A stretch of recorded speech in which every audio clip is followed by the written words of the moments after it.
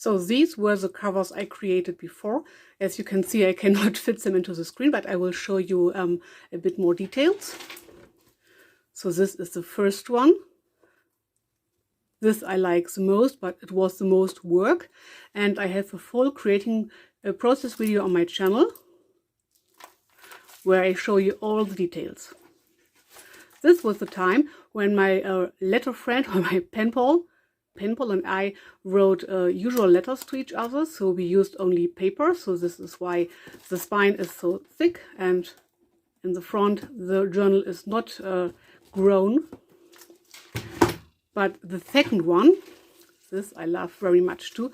I will show you this detail before I show you this side. Ta-da! And I have a full creating process video of this journal on my channel too. And this was the time when my penpal started to use cardstock from food packaging to write her letters. So this journal is very well filled up.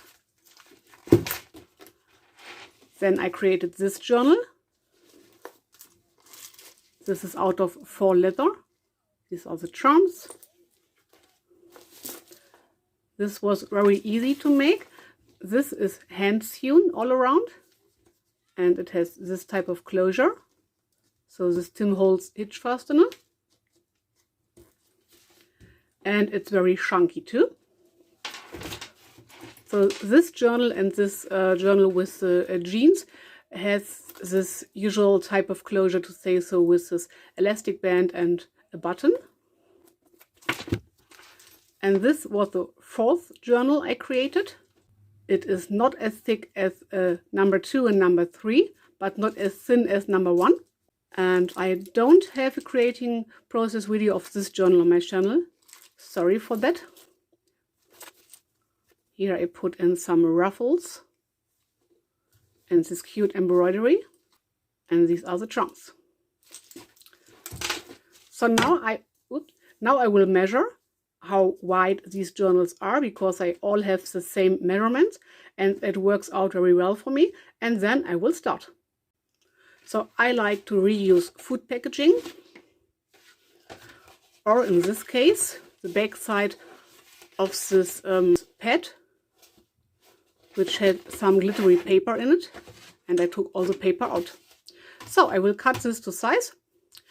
And I think I will glue together 3 pieces of cardstock for the front and three pieces for the back, and 2 pieces for my spine, so that it gets very sturdy. So these are my 3 pieces glued together. I will cut off this little excess here. And then I thought to use this cute sewing pattern fabric to cover the outside. And I think for the inside I will use some jeans. So I will try to sew it on. We will see if it works out, because the fabric is very thick and this cardboard is very thick and sturdy. But if this will not work out, I will just glue it on. So I will see you in a moment. So this is my cover so far. So the outside. And I just sewed on. Don't know if you can see it. I just sewed on the fabric, and my machine went right through the 2 layers of fabric, or at the edges it's a bit thicker, even more, and through the 3 layers of cardstock. So, and I left a gap from maybe 5 millimeters or so. I don't measure it, I just eyeballed the gap. And as you can see here, the inside is blank. I have to cover it up, and it's very flexible in the middle.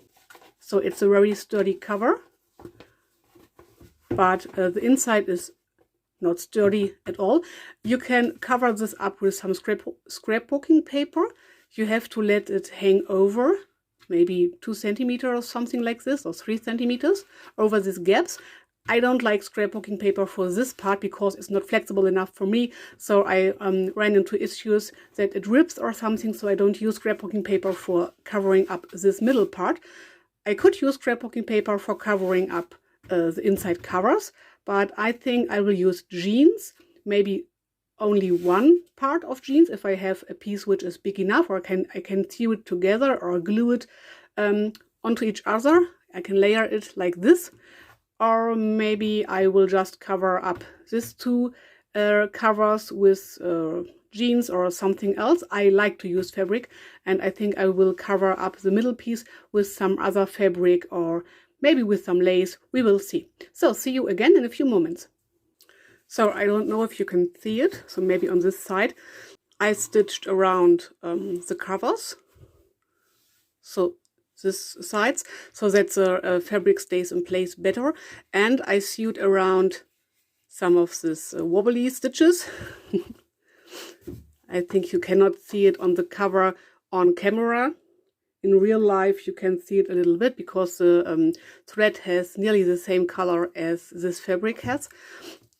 But I wanted that my fabric stays in place very well, and I wanted to have a little bit more extra, and I sewed in these pieces of fabric too as the closure, so that when the journal is closed you can bind it together.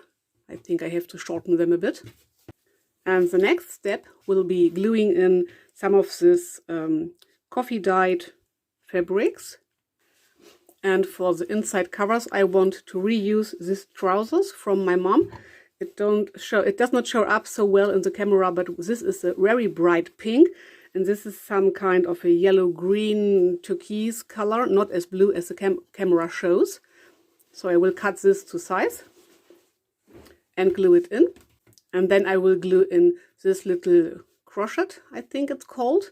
You won't be able to see all of this because the signatures, so the letters, will get into here, but you will be able to see a little bit peeking out here and there between the signatures. And to give the cover a bit more dimension, I will ink the edges all around with some brown ink. And the last step will be putting in an eyelet and then attach a few charms. So we will see each other again in a moment with the journal finished. So this is our cover so far. As you can see here, I glued on, so I attached a bit of this fabric, mesh fabric or something, this little card, and a few charms which hangs from the card just for decoration. I put in my fabrics and I cut them in this kind of zigzags with my zigzag scissors, and I let hang out a bit of fabric, so I like the look of it very much, and I inked the edges and put on this eyelet. And this is the inside. So as you can see here, I attached some of these braids. So you can see one braid here and one braid here. I like the look of these braids very much, and I did attach them because the fabric did not stay in place very well, because I think it's too thick, so I did not glue on this part. I only glued on this thick part, this braids, and I like it very much. So I did not attach charms right now, as you can see, but I punched the holes for my signatures, and it's a bit difficult when you have hanging some charms from the eyelet and then attach your signatures. So I will start with this, and I will show you the journal when it's ready, when I bound the charms on. So I will show it to you when I have all my signatures filled up, or maybe I use only a few of these holes and then attach some charms. We will see. I don't know yet, but I will show you the whole journal with the charms in a few moments. So this is the finished journal with a huge amount of letters bound in. So I used maybe 2/3 of the journal, so I have a few holes left to bind in more letters or more signatures, to say so. So this is the front, the spine, and the back. This is the closure. This cute little double girl charm. This is a little angel wing. This little star says "just for you." This little charm is a book, says "once upon a time." Here is a key charm. This is a kind of Harry Potter charm. So it says Hogwarts Express, King's Cross Station, 934.